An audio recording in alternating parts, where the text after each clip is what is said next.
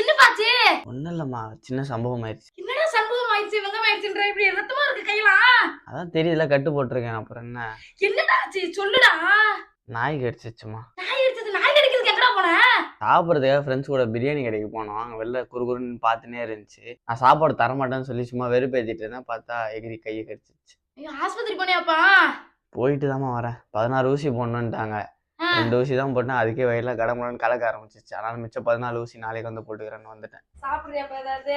நாய் கடிச்சா சாப்பிடக்கூடாதான் 1 வாரத்துக்கு. பெடிகிரி தான் சாப்பிடணும்னு சொல்லியிருக்காரு டாக்டர். அப்படின்னா இந்த ஃபாரின் நாயெல்லாம் சாப்பிடுமே அது. நாய் போடுறது எப்படிப்பா மனுஷன் சாப்பிட முடியும்? வாயில தான். அட நக்கலுக்கு ஒரு குறைச்சல் கிடையாதாடா?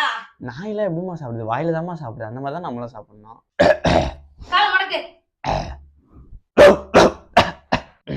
என்னடா என்னாச்சு? நாய் மாதிரி குலைக்கிற? யாரு? இப்ப இருமுன தானே? நார்மலா தான் இரும்புறேன். நாய் சவுண்ட் மாதிரி வந்துச்சுடா. மறக்காம அந்த சப்ஸ்கிரைப் பட்டன் மட்டும் அழுத்தி விட்டுருங்க.